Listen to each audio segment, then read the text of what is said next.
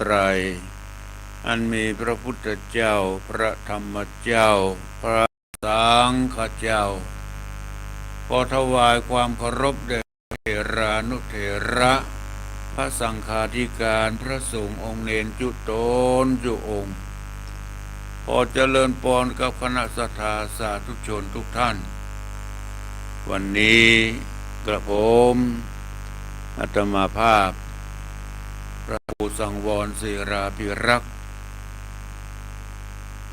เจ้าอาวาสวัดสายมูลตำบลเมกาอำเภอสันป่าตองจังหวัดเชียงใหม่ก็ได้มาพบปะกับคณะสัทธาสาธุชนทั้งหลายทุกวันจันทร์เวลา6 โมงถึง7 โมงเช้าในรายการมรดกธรรมกำเมืองเทศนาอยู่ที่วัดสายมูลตำบลเมกาอำเภอสันป่าตองจังหวัดเชียงใหม่ส่งสัญญาณไปที่วัดปักตังเจริญแม่ข่ายของสถานีท่านผู้อำนวยการท่านก็ส่งไปตามกระแสของอินเทอร์เน็ตมีหลายๆสถานีได้เกาะเกี่ยวเอาสัญญาณนี้ไปออกอากาศคือกระปอกสถาญาติโยมได้รับฟังอยู่ณขณะนี้ก็ขอขอบคุณอนุโมทนาต่อเจ้าของสถานีวิทยุทุกที่ทุกแห่งที่ได้บริการเวลาฟรีๆคือกับพระคุณเจ้าทุกรายการเป็นการช่วยกันเผยแผ่พระพุทธศาสนาแห่งทางหนึ่งขอขอบคุณแก่ศรัทธาที่ได้เปิดเครื่องเปิดโทรศัพท์ฟังทางเฟซทางไลน์เป็นบุญเป็นกุศลด้วยกันเนื้อพระออกศรัทธาญาติโยมทั้งหลายวันนี้เป็นวันที่15 เดือนมิถุนายนพุทธศักราช2569วันนี้ขึ้น1 ค่ำเดือน10เดือน10แรกเนี่ยเป็นเดือน10แรกเดือน10จะมี2 เตื้อเนื้อพระออกศรัทธาญาติโยมทั้งหลายทางภาคกลางในปฏิทินเพิ่นว่า82 เตื้อทีนี้เมืองเหนือเฮาเรียกว่า12 หน12 เตื้อ4 ปีจะมีครั้งหนึ่ง4 ปีจะมีเดือนซ้ำกันแสดงว่าปีนี้เดือนเมืองของเฮามีถึง13 เดือนเพราะเดือน12 เตื้อการเข้าภาษาก็ปุ้นจะเป็น10 หน้าเพิ่นเนี่ยมาใจเดือน10นี้เตื้อวันนี้ขึ้น1 ค่ำเดือน10แรกก็ขอขอบคุณอนุโมทนาต่อศรัทธาสาธุชนทั้งหลายที่ได้สนใจในพระธรรมเทศนาจะเป็นแบบบรรยายจะเป็นแบบพื้นเมืองเหนือก็ตามเพื่อเป็นการเทศนาธรรมปืนบ้านล้านนาเมืองเหนือเขาก็เป็นการรักษาวัฒนธรรมประเพณีของการเทศธรรมแบบปืนบ้านล้านนาของเฮาแห่งทางหนึ่งอาตมาก็ได้นำเอาพระธรรมเทศนาจาดกเรื่องต่างๆที่ได้เทศผ่านไปวันนี้มาถึงมโนราปิ่นแก้ววันนี้ก็เป็นภกที่11ละเมื่อวันจันทร์ที่แล้ว2 ภก 9 ภก 10วันนี้มาจนถึงภกที่11ในตอนที่10ที่ผ่านมาวันนั้นหลังจากที่นางมโนราผู้เป็นมเหสีของสุทธกุมารในขณะที่สุทธกุมารออกศึกสงครามปู่พราหมณ์จุหลอกลวงไปเพื่อจะประหื้อไปตายในสงครามเพื่อจะกำจัดสุทธกุมารที่เหลือนางมเหสีที่อยู่ที่ในวังก็อยากจะกำจัดเหมือนกันคือจุหลอกพญาเจ้าเมืองเอานางมโนราเนี่ยไปปูจายันไปฆ่าปูจายันในขณะที่จะกำลังจะฆ่านางมโนราก็ถือโอกาสบินหนีแหละเพราะมีปีกมีหางลูกมโนราปิ่นแก้วมีปีกว่าก่อนที่จะตายเนี่ยขอเอาจะ เอาปีกเอาหางมาใส่แล้วก็ล้ำถวายก่อนที่จะตายไว้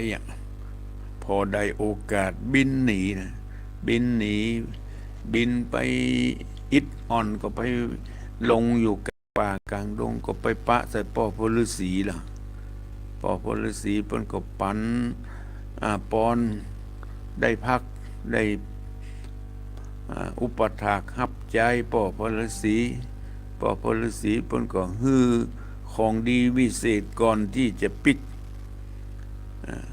ฮือผ้ากำปลพิเศษผ้ากำปลเพื่อรักษา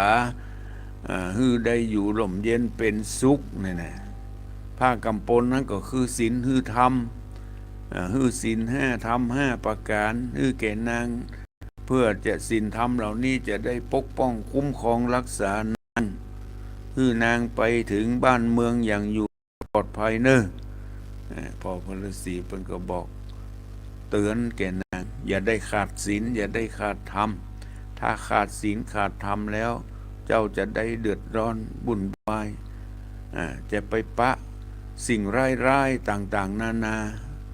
ย่อมมีอุปสรรคมาขัดขวางขอให้เจ้ามีศีลมีธรรมนี่พ่อพลฤาษีเตือนพ่อศรัทธาญาติโยมทั้งหลายเรื่องราวของนางมโนราปิ่นเกลียวจะเป็นอย่างไรนั้นก็ขอได้ติดตามรับฟัง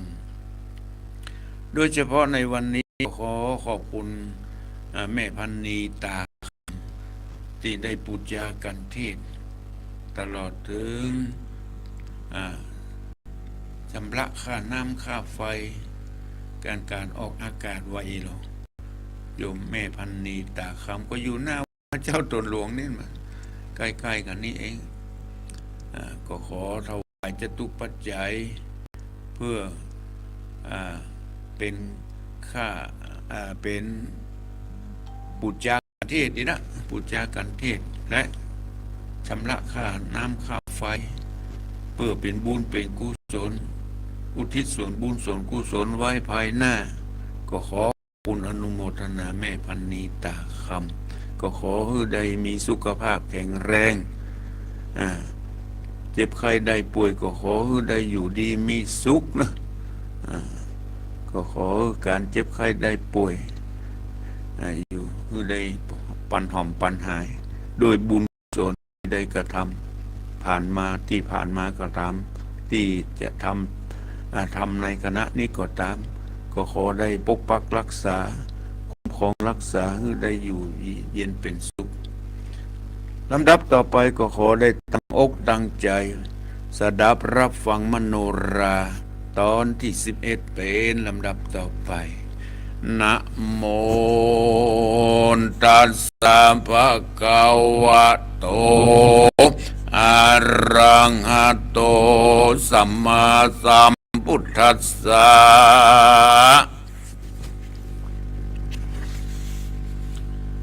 โสราจาไมหังทิตานักรังอาคัจจติจิตติติติสานทโวดุราสัพริสะตั้งหลายตั้งยิ่งใจมวลหมู่อันปากันมาอยู่นักหนามีศรัทธาอย่างเจือใจใฝ่เอื้อต่างบุญเพื่อหืนหนุนนำพรากได้พ้นจากสงสารได้ตานเข้าน้ำวัตถุพรำปัจจัยศีลดวงใส58ได้กดแขวดรักษาปากันมาพร้อมหน้านั่งอยู่ท่าฟังธรรมจงจักจำติดต่ออย่าขาดข้อบทใดลำดับไปนาบัดนี้เด็ดเตอโส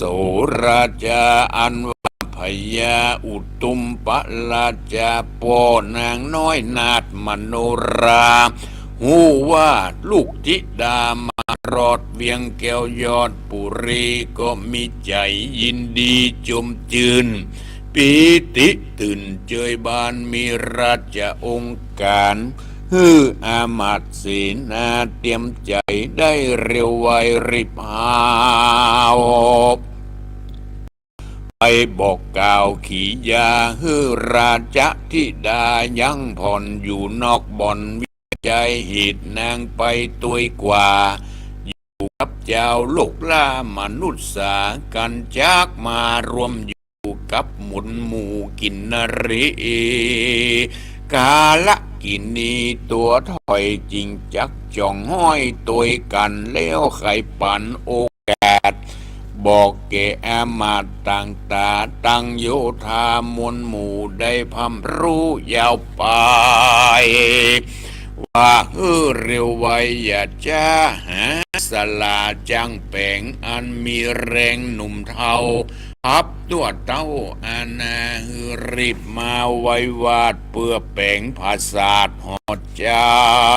นการทวนสาวันแล้วเหตุจักเอานางแก้วธิดามาอยู่ผังกาภาษาหลังใหม่แล้วจักมีงานใหญ่สละสลงอาบองค์น้อยนาดสะอาดหมดสายบ่จังไรติด8 อุบาทแขวดตัวมาเคาะนาใหญ่น้อยกัดก้อยหายเนกันเต้าปุรีกล่าวแล้วอามาตย์แก้วและโยธาก็ยอมือสาอภิวาทต่างก็โอกาสไขกรรมว่าจักกะตำดังเต้าได้บอกกล่าวจากใคร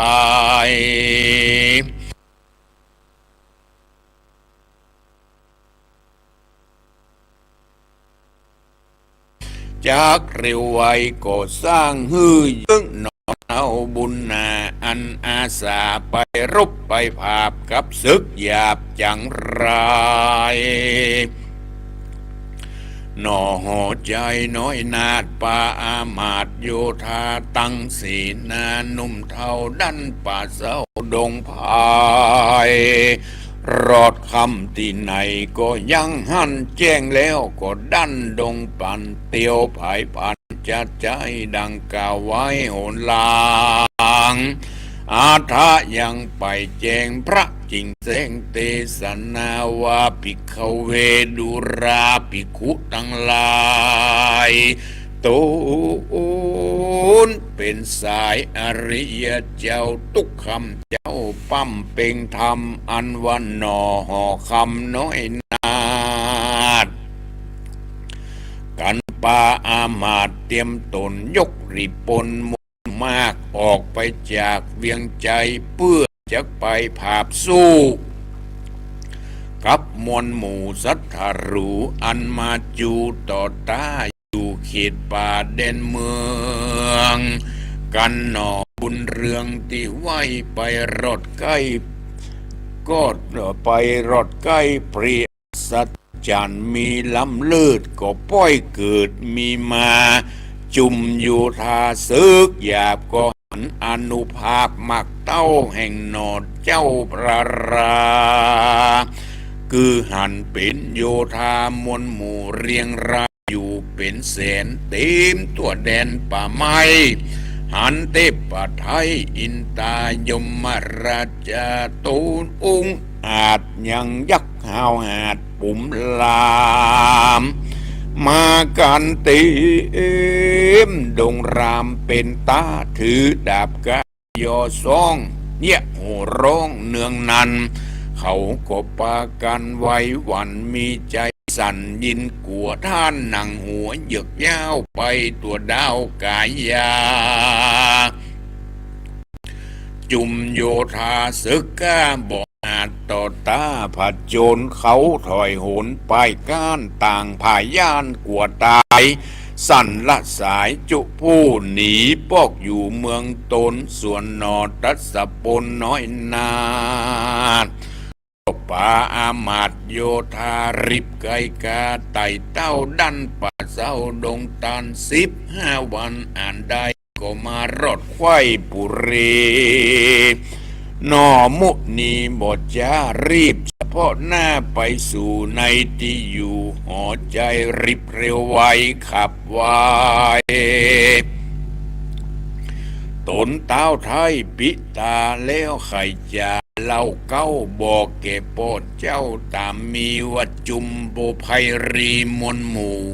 เขาบ่สู้ผจญโกละหุนอันใหญ่เกิดควายอันนาจุมโยธาศึก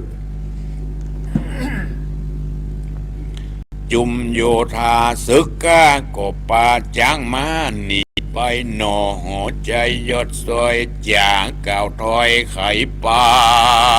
นบอกเต้าหอดจันปอไทยหูแจ้งควายตามมีแล้วอันนี้ปิกขึ้นสู่ในที่อยู่แห่งตูนก็มีอันเล่นนาตาตาในการนั้นนางหนอนเน่าเทวีหันหนอหมุนีมารอดนางน้อยยอดผู้เป็นแม่บ่เว้นเว่โศกาก็เข้าไปหาบทจ้าแล้วก็กอดลูกลาเจยจมก็ผารมกึดกวาดถึงนางน้อยนาฏมโนราน้ำตายวะอาบย้อยเจ้าหยดซอยมุนีหันแม่เทวีร้องไห้นั่งอยู่ใกล้เจ้าน้ำตาก็มาสังกาแต่เล่าถึงนาจริงถามแม่เจ้าสายใจว่าเป็นฉันใดไม่มาดให้ฝ่าฝาดเครื่องขี่หรือคนบอดีหยับ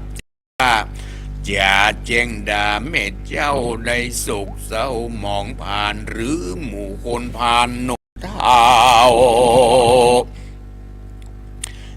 คือแม่เจ้าเครื่องใจหรือจุมในมนหมู่ไขกะอู้จะแข็งเป็นกำแตงเสียบมาแม่ได้ขี่ขมพอแม่อุดมเจ้าได้บอกเล่าใครจะปุตตาลูกน้อยรู้เรื่องต้อยตามมีเด็ดเด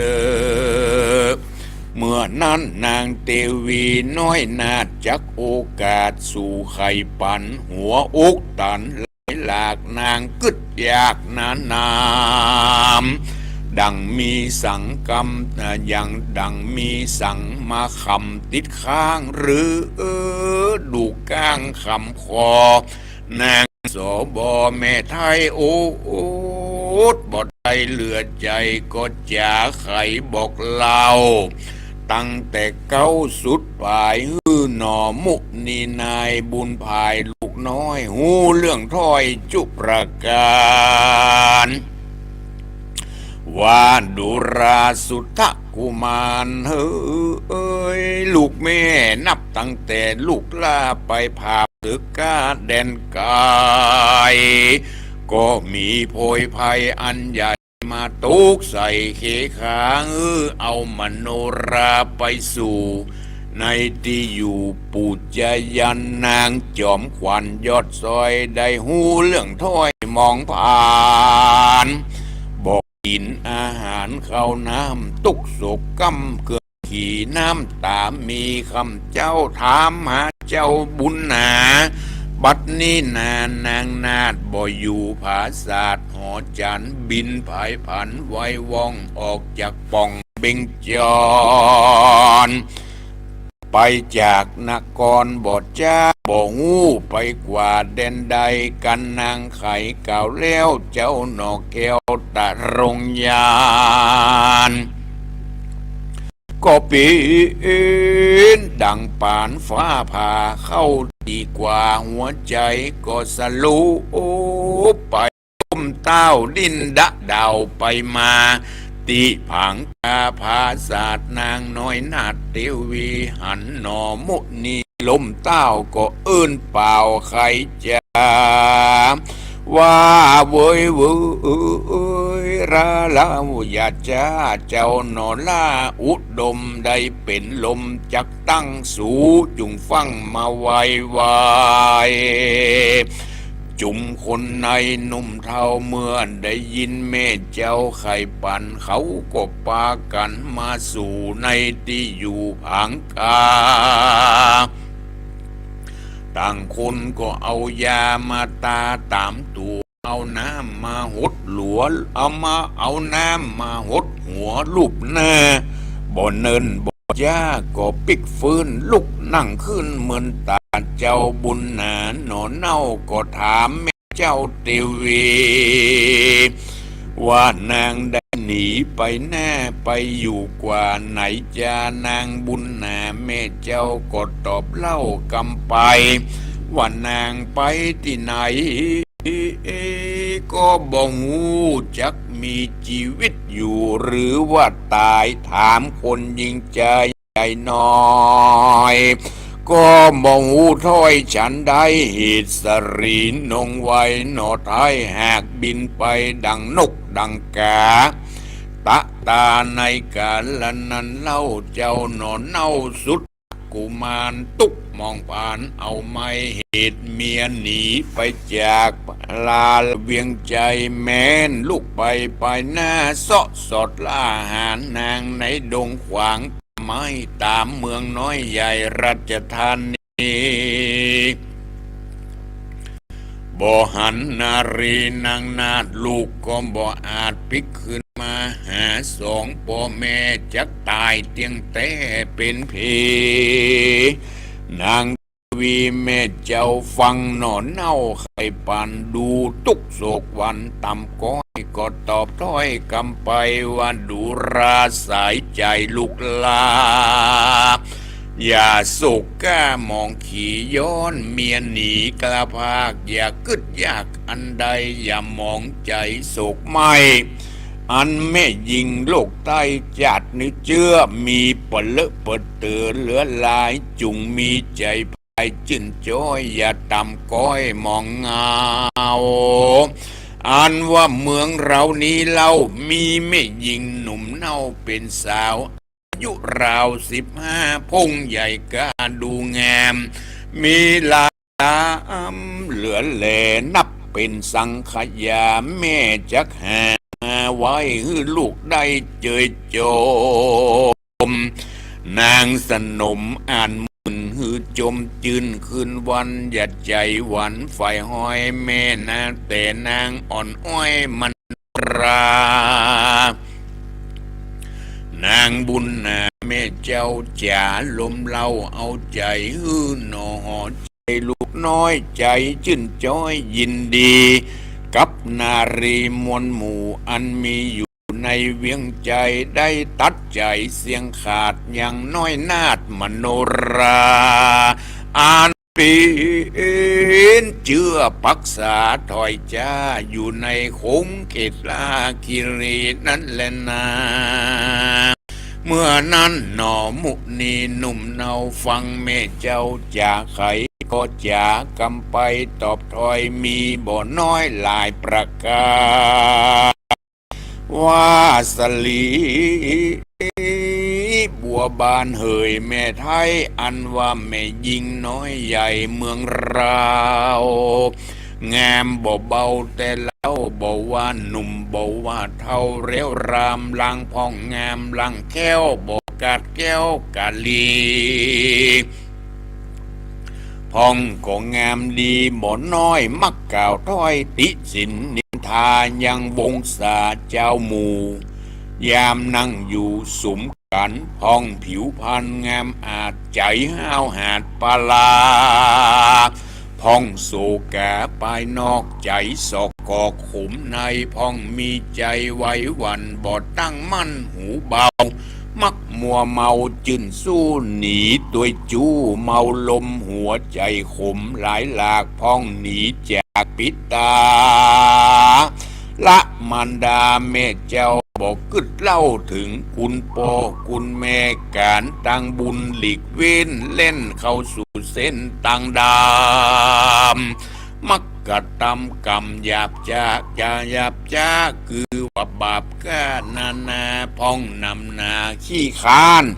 มักดื้อด้านกลัวการแม่ยิงสงสารในโลกใดมีบ่ไรเหลือลายลูกบ่หมายสู้เอาเป็นกู้เตรียมตนใจมาวนบ่แล้วกับนางนอกแก้วมโนรา หน่อพุทธายอดซอยได้กล่าวถอยจากไขบอกสายใจแม่เจ้าผู้เงื่อนเก้าตามมีแล้วก็อันจุรีขับไว้ยังแม่ไทยบุญนาริบไกกาไว้วาดลงจากผาศาสตร์หอจันก็มีหันเล็ดนาตามมาตั้งพระกาเซนโอ้ศรัทธาอาหาศรัทธาอันว่าสัพพัญญูพระพุทธเจ้าตนเป็นปิ่นเก้าติโลกาจารย์ไขนิทานไปแล้วพระตนแก้วจริงเทศนาวาภิกขเวดุราภิกขุทั้งหลายตูนเป็นสายอริยเจ้าทุกคำเจ้าปั๊มเป่งธรรมส่วนหนอหอคำน้อยนาดได้โอกาสขี่ยาบอกมาตายอดซอยว่าไม่ยิ่งใหญ่น้อยเมืองเราลูกบ่เอาเป็นกู้เอามาอยู่เตรียมตนหนอตัสสะปนนุ่มเนาบอกเมเจ้าสายใจแล้วก็รีบเร็วไวย้ายบาทลงจากผาศาสตร์หอคำนางบุญนำปูเป็นแม่น้ำตาแผ่ลำลายเล่นตัวไปบทจ้าปากก็ว่าโว้ยเจ้าลูกเอ๋ยน้อยอ่อนขอยังไว้ก่อนตะราอย่าไกลกาเตียวไตละพ่อแม่ไว้ไปหลังอันจักหวังเปิงเจ้ากันนอนเอาหนีไปมันบ่มีภัยจักอาจมาสะวือราชแต่เมืองรุ่งเรืองสืบต่อนางน้อยหนอเตวีเครื่องขี่หลายหลากอันลูกจากหนีไปก็ริกรำไรร้องไห้อยู่จะใจปุ่นวอนส่วนหนอผู้ทอนน้อยนาดก็ลงจากผาศาสตร์ผังกาบ่เหลียวมายื้อพอบ่เอาหูล่อฟังกามยกตินตำไต่เต่าแม่นแม่เจ้าเทวีจักไขว่าที่อื่นบอกว่าลูกเหยปิกปอกขึ้นมานางจ่าให้แล้วรีบเตียวไต่ตัวไปหนอหอใจยอดซอยดังบทได้ยินถ้อยไข่ปันรีบไผ่ปันจัดใจออกเวียงใหญ่ราชธานีแล้วก็รีบเข้าดงรีบ่จ้าบ่เวกกว่าไปใดดันดงไผ่ปากกวางเด่นตาตั้งดงนาเพื่อจักไปซอกหาพานป่าอันอยู่กว่าดงเขียวตัวเองเดียวดันเถื่อนบ่มีเปื้อนถอยตามดันโรงรามบ่จอดต่อเตารอดดังผ่านดงดานหนุ่มเนาหันหนอพระเจ้าเตี้ยวมายินสังกาดใส่ก็ยอมือไว้มอมยอมือไว้จะถามปีนกำงามบ่น้อยว่าดูรายดซอยหอคำดันดงดำป่าไม้บดใจไก่บดใจใกล้ในดงไผ่สายแก่เป็นหินเป็นแห่ดินแดนสัตว์ป่าเฝงจับร้ายเตียวต้องพ่ายยามวันเจ้ามีใจพันไขได้หรือมักไฟสังจาจริงได้มารอดตินีขอกล่าวจีตามมีหนอมุนีหนุเนาก็เล่าตั้งแต่เก้าสุดปลายแล้วจะหมายโอกาสบอกนายพานหาวอาจบทจ้าวัดดูราพานดงพายเรามองใจไม่เอาทุกคำเจ้าเครื่องขีเหตุวีไปจากหนีและละปาราขอเจ้าอย่าจ้าอย่าที่หูที่หุ่นต่างไปหานางหนอไทย จักไปได้ฉันใดจะลือเมื่อนั้นพุทธกาพามป่ากึดใจกว่าหุนตางวันนางดังตางดงขวางปัสสาวอันจักไต่เต้าไปสู่ในที่อยู่เขาไกลราดไผบ่อาจจักไปสู่แต่ผ่านภัยลาสอดก็ไปบ่รอดแต่ดีลีเหตุมันเป็นอันตรายจุดานต่างผันย่านบ่ตายกันขันนิ่งหมายกึดตายก็ยอมือไหว้ตุนสาว่าคาเดชเจ้าบุญเจือดเจ้าจักดันป่าเต้าดงขวางไปหานางนอลาต่างดันป่าแดนไก่บอกไปแต่ไส้วินแต่เจ้าที่ไว้รัสเซียจากหูดีลายแหล่กันไปเวจะถามจากหูความทวนทีบ่มีตีสังกาจักไปหาปอ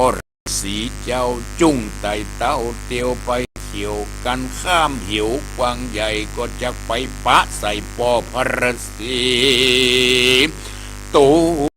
นมีวัดดีบ่อนน้อยจุงกล่าวถอยจะถามมือหูความที่แจงเด็ดเตอ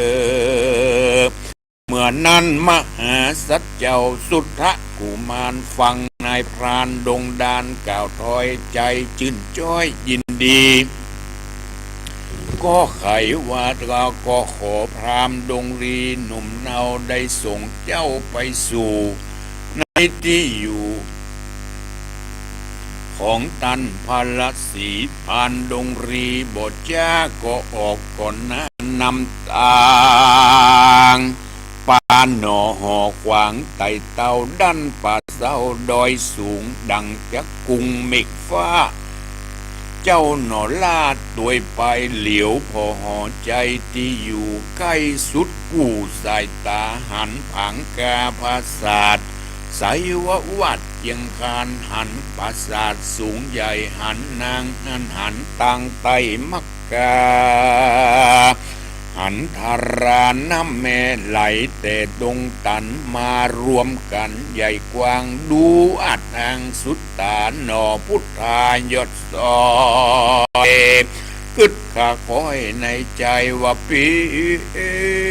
นฉันใดกูนี้ได้พรากจากที่ไก่โหนละยังพ่อแม่อันเท่าเกชลาฮืออยู่ผังกาภาษาละอามาตเตรียมใจตั้งเสนาในมวลหมู่เข้ามาสู่ดงนาเพื่อแสวงหายอดซอยอันปีนกู้ห้อยเตวีตุกเครื่องขี่เอาไม่กดจักเรานี่ใบก็ว่าได้เป็นหมายจักว่าเราตายก็หากว่าตายดังตั้งเป็นบทตันเหม็นตันเอาหนอพระเจ้าน้อยนาดขันนิ่งขวาดถึงตนว่าเราได้ทารนนิสัยตุกเอาไม่เครื่องขี่ย้อนเมียหนีปักนาตุกในลูกลาสงสารบ่มีได้ปานเปรียบได้เต้าเมียไทยหนีจากลาละภาไก่ตัวนาปิเขาเวดุราปิคุตังลายตูนเป็นสายอริยญาติละเสียขาดตัณหาในอดีตาล่วงแล้วเราพระตนแก้วรงยานสร้างสมบัติแต่ไทยเตียวโลกไตโลกาได้เครื่องกาไม่เอาปีนเต้าเจ้ารงเมืองยะสะเรืององค์อาจมีอมัตโยธาอยู่อาสาเวทเฝ้าบทสุขเศร้าประการได้จุมนางในเวทล้อมเห็นแห่เป็นปริวารได้สำรักคำเจ้าบทสุขเศร้าเครื่องขีของกินมีจุกสิ่งละสันยิ่งหลายอันนาปันยืนตอนบทเดือดร้อนฉันใดจักไป นั้นตายก็ไปได้หนานำที่ชีวิตกายคำไปสู่ถึงที่อยู่บัดเดียว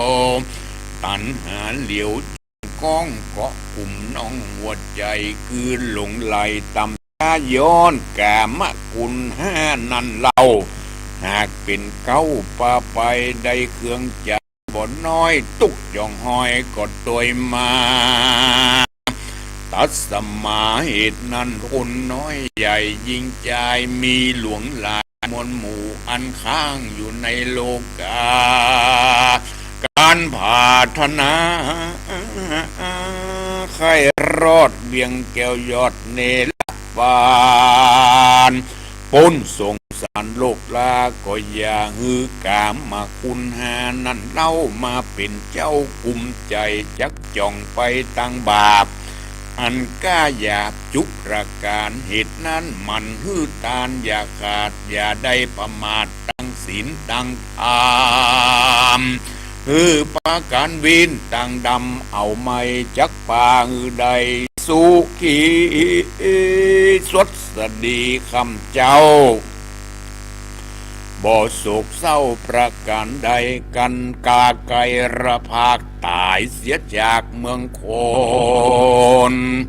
ด้วยบุญกุศลเหล่านั้นย่อมเอาตัวเอาตนไปเกิดในห้องฟ้าเลิศหงส่งสวรรค์ด้วยพละบุญตันเกกาก็จักไปรอดจากฟ้าเนรปานบ่อยาจะเล่นนานิติตังขียาสังวันนาวิเศษจาห้องเหตุมโนราผูกทวน11ก็บังคมสมฤทธิ์เด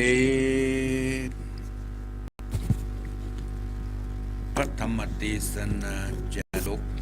เรื่องมโนราปิ่นแก้วตอนที่11ก็จบลงเพียงแค่นี้พอศรัทธาญาติโยมทั้งหลายที่จบลงไปในทำนองแบบพื้นเมืองเหนือก็พอจะสรุปใจความโดยย่อๆได้ดังนี้หลังจากที่นางมโนราได้หนีการจากที่จะถูกฆ่าปุจจายันบินไปยังเมืองของตนที่เมืองอุตุมพราชาที่ได้ไปปะใส่ปอกพฤาษีคือปนหมอบผ้าวิเศษนี่ก็คือศีลคือธรรมก็ไปถึงยังเมืองอุตรนครเจ้าก็ไปปะพ่อแม่ก็ดีอกดีใจเอาที่ได้จากที่ได้ถูกนายพรานเอาหน้าขบวงบาทผูกกองลักไปนะเมื่อก่อนลูกพ่อแม่ก็ดีอกดีใจที่ลูกมาถึงบ้านถึงจองก่อนที่จะเข้าบ้านเข้าเมืองนั้นหัวบัดดีบางงามหัวเสนียดจันไรติดตัวติดตนคืออยู่นอกเมืองก่อนเนอะเพื่อจะแปลงบ้านแปลงเมืองแปลงที่อยู่ที่อาศัยฮืออยู่ก่อนที่จะเข้าบ้านเข้าเมืองฮือสะสางล้างซ้วยนี่ทีนี้ขอกล่าวถึงสุทธกุมารที่ออกศึกสงครามเมื่อปาเสนาอามาตย์ออกไปศึกสงครามหมู่ไอ้ศึกทั้งหลายนั่นพอหันเจ้าสุทธกุมารพร้อมโดยปริวารพุทธมีความเกิดความกลัวเลยรัศมีด้วยบุญศีลบุญทานปารมีของเจ้าสุทธกุมารแผ่ไพศาลทำให้หมู่ที่ศึกสงครามนะเกิดความเก่งกลัวนะเกิดความเก่งกลัวหนีไปเลยวะหนีไปเหตุประตกประเสียงบัดเกยบามถูกบัดได้สู้รบกันสักคำเขาก็หนีไปด้วยดีเพราะหมู่ที่จะมาทำศึกสงครามนี่ก็ด้วยอาศัยที่ปู ผู้พราหมณ์นายพรานปุโรหิตปุโรหิตได้สั่งมาแล้วปุโรหิตได้สั่งมาเพื่อจะมากำจัดมโนขอเจ้าเพื่อจะมากำจัดอย่างสุทธกุมารผู้ที่จะมาเป็นพญาเจ้าเมืองคนใหม่หมู่นั้นก็บักก้าบัดใจฆ่าซึกแต่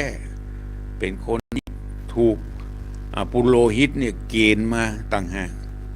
เมื่อหนีไปแล้วเจ้าสุทธกุมารก็ปิกบ้านปิกเมืองปิกมารายงานให้แก่พ่อแก่แม่เมื่อไปถึงแม่ก็มาบอกว่าโอ้ลูกเอ๋ยบัดเดี๋ยวนี้มันเกิดเพศภัยเกิดขึ้นกับบ้านกับเมืองเดี๋ยวนี้มเหสีของเจ้าคือนางมโนราเนี่ยได้หนีไปเห็นแล้วเพราะจะถูกปูจายันจะถูกฆ่าปูจายันพอเจ้าสุทธกุมารได้ยินอย่างอีปุตโธจนตายลืมไปจนสลบไปเอาเสนาอามาตย์ช่วยกันยุกช่วยกันยาที่เจ้าเสียอกเสียใจเสียใจที่นางมโนราณีไปแทนที่จะได้ปิกมาบ้านปิกมาเมืองจะได้หันมาเฮสีของตัวมาภรรยาของตนเองจะได้ชื่นอกชื่นใจโอ้อันนี้ท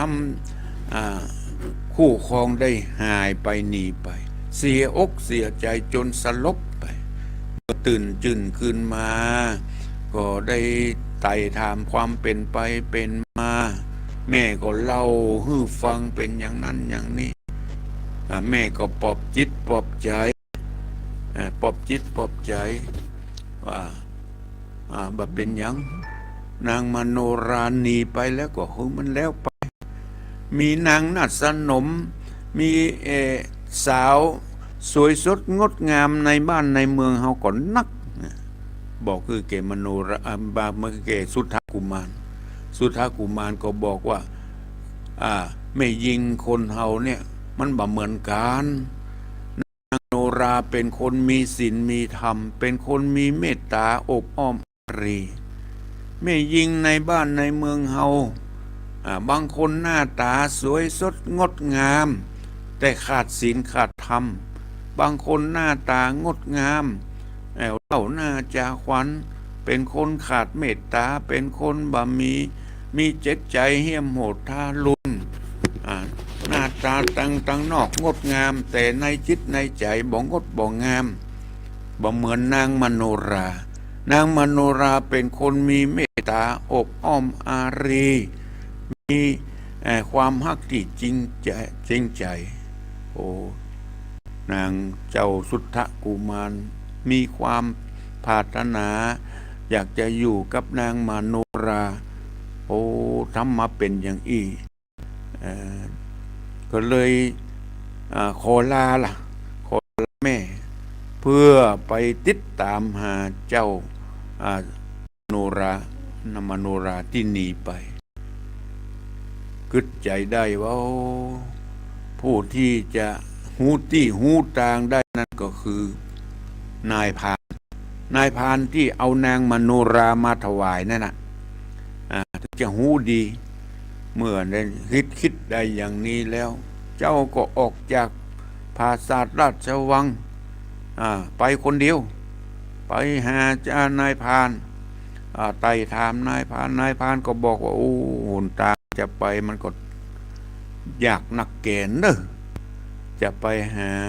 นางมโนรานี่นะมันจะต้องผ่าน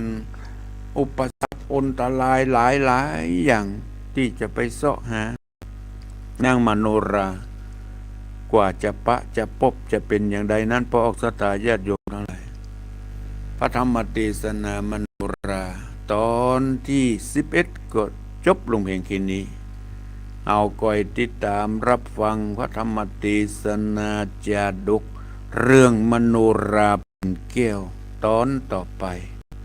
สำหรับวันนี้ก็ขอยุติพระธรรมเทศนาไว้เพียงแค่นี้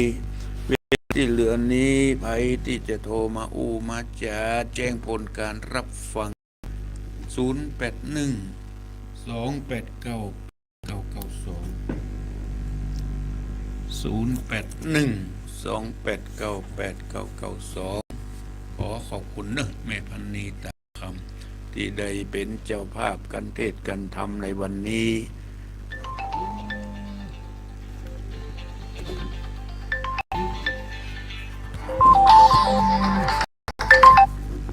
เจริญปน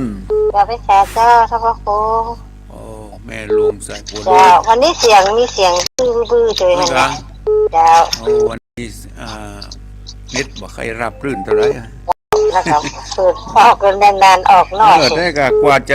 ะติดนะปิดเปิด3-4เตื้อกันนะมันลุดไปเดี๋ยวก็ลุดไปมันมืดฝนครับมันมีนะกว่าจะติด6 โมงไปเจ้าขอบคุณแม่หลวงเนอะกำลังใจนะเจ้าการให้การเจ้านิดบ่ใครรับรื่นเนี่ยเจริญปนบริจาคครับท่านโทรมาจากไหนจากเวียงป่าเป้าบ้านโป่งหนองครับพ่อบุญธรรมปงหนองเวียงป่าเป้าจังฟังชัดเจนเนาะที่เวียงป่าเป้าเนาะชัดเจนอยู่ครับวันนี้นะชัดเจนอยู่เนาะปลูกหน้านี่จะป้ามมั่วเนาะว่านะจะป้ามเราพอก้อยต่อไปเนอะครับผมมีคุณและผมมีอยู่นอกน่ากะขอบคุณพ่อบุญธรรมเนอะครับผมไว้จ่าครับรักษาเจริญปนเจ้าสาธุเจ้าโทรมาจากไหนเวียงหนองล่องเวียงหนองล่องแม่ไข่เกี้ยวแม่น้อมแม่น้อมเจ้าเวียงหนองล่องอากาศปวดโปร่งวันนี้วันเวียงหนองล่องแม่น้อมเจนดีเนาะเจ้าคุณรักษาเจ้าสาธุเจ้าไม่ไข่แก้วกำลังมาเจริญปนในสาเจ้าท่านพระครูเจ้ามาจากบ้านบุกว่าสมุทรนครทีรีนะเจ้าฟังชัดเจนนี่เนาะไม่ไข่แก้วเนาะชัดเจนดีแต่มันมีเสียงกวนหน่อยเจ้ามันมีอื้อหน่อยกะเจ้าคงจะเป็นขึ้นบ่ใครรับลื่นเจ้าขอบคุณเนอะแม่ไข่แก้วเนอะเวียงมันกำลังใจไหมเจ้าขอบคุณบุญรักษาเจริญปนกล่าวไว้สาธุธรรมโคแม่วิอินฟังชัดดีก็เจ้าแต่เรียนทีละนานเนี่ยบอกฟังได้เนี่ยเจ้าฟังได้เนาะเจ้าแต่บ่ใครชัดเจนเท่าใดเจ้าชัดเจนจะมีรบกวนอยู่ห้องบุญรักษาเนอะแม่อุ้ยอินเนอะเจริญปนอยากไปสัตว์เจ้าตะลุงแม่สอนบ้านแม่คองยังฟังตะลุงอยู่แน่ชัดเจนดีนะเจ้าที่แม่คองฟังชัดเจนสถานีไหนเป็นดินถิ่นล้านนาเจ้าถิ่นล้านนาบ้านโรงวัวสันปะตองน้ำบ่อหลวงขอคนเนอไม่สิทอนเนอไว้สาเจ้าเจริญปนสาธุเจ้าธรรมภูโทรมาจากไหนแสนพรมเจ้าแสนพรมแม่ทัดแสนพรมเจ้าฟังดูฟังชัดเจนนี่เนาะที่ไม่วางเนาะไม่วางแสนพรมก็ฟังชัดเจนขอบคุณเนอบุญรักษาดีมีสุขเจริญปนเจ้ามนัสการเจ้าท่านโทรมาจากไหนลำเจ้าชัดเจนมาจากลำปางแม่บัวฟังมาจากลำปางขอบคุณเนอรักษาอยู่ดีมีสุขเจริญปนเจ้าไปสาเจ้าทำประปูไม่ฟังอยู่เด้อโทรมาจากไหนสมัยนั่งแล้วผมก็ทั้งชัดใจเจ้าสมัยเทพดำรงที่ลำปางก็ชัดเจนดีขอบคุณเนอแล้ววัดบรรพตบรรพตสถิตไว้ตัดบุญรักษาสาธุวันที่20นี่จะไปลืมเนอะเอามีนัดกันที่สถาบันธรรมาภิวัตรซบเตินเอามีการนัดหล่อเทียนขึ้นสีขาว เพื่อชาวประชาปีนี้มีครั้งหนึ่งการหล่อเทียนเอาไปกันเพื่อแสดงออกซึ่งพลังความสามัคคีที่จะเข้าพรรษาก็มีการหล่อเทียนถวายเทียนอานิสงส์ของการถวายเทียนเราต้องได้รับทราบกันดีทำให้สว่างไสวัยทำให้รุ่งเรืองเนี่ยมันก็เหมือนแสงเทียนที่เป็นจุดปูชาพระรัตนตรัยทำให้ชีวิตสว่างไสวัยรุ่งเรืองด้วยสติปัญญาด้วยราบยศสรรเสริญทำให้เกิดปัญญาความรอบรู้ทั้งโลกรู้ทั้งธรรมตึงจัดนี้จัดนี่หน้าก็เป็นความสว่างไสวัยการของเรือนก็ราบรื่นเป็นไปด้วยความเรียบร้อยดีงามทำให้สิ่งร้ายๆคลี่คลายไปในทางที่ดีเนี่ยอันนี้ทรงของการหล่อเทียนถวายเทียนนี่นะเจริญด้วยมิตรเจริญด้วยบริวารประกอบไปด้วยมิตรสหายที่บริวารที่ดีเป็นคนมีศีลมีธรรมประการสุดท้ายเป็นที่ฮักของหมู่มนุษย์และเทวดาทั้งหลายทั้งโลกนี้และโลกหน้าเป็นการถวายทานแสงสว่างการถวายเทียนพรรษามีอานิสงส์ทำให้ชีวิตรุ่งเรืองสว่างไสวัยปราศจากอุปสรรคเปรียบด้วยปัญญาตามคติความเชื่อของพุทธศาสนิกชนของเราชื่อว่าทำบุญหล่อเทียนการหล่อเทียนการถวายเทียนจะได้รับผลบุญทั้งภพนี้และภพหน้าอย่างแน่นอนถ้าทำด้วยความตั้งอกตั้งใจทำพร้อมด้วยเจตนา3 ประการคือเบื้องต้นเขาก็ตั้งใจทำมือของเขาทำด้วยจิตด้วยใจด้วยความตั้งใจบางคนหารถไว้ตั้งแต่หลายวันมาแล้วนะตั้งแต่เดือนแล้วนะบางคนก็อันนี้บนห้องว่าพร้อมเลยปุปปะเจตนาตั้งอกตั้งใจบางคนยังส่องใจส่องคออยู่นะรีบตัดสินใจ รีบตัดสินใจตั้งอกตั้งใจไปทำโดยมือของตนเองนิดๆหน่อยๆเฮาหล่อนิดๆหน่อยๆจะไปจะเฮามันหลายคนหรอกหล่อคนเล็กคนน้อยก็ถือว่าได้มีเจตนาได้ทำด้วยมือของเฮาละได้ผ่านมือของเฮาที่พึ่งได้ตักได้หล่อได้ถวายเป็นบุญเป็นกุศลปุปปะเจตนาเบื้องต้นดีในขณะที่ทำในขณะที่ทานก็ทุกตั้งอกตั้งใจสมาตั้งใจด้วยความพร้อมเพียงของตนเองทำไปแล้วก็ขอคิดถึงผลบุญผลทานที่ตนได้ทำไปปลื้มใจดีใจสุขใจที่ได้ทำไป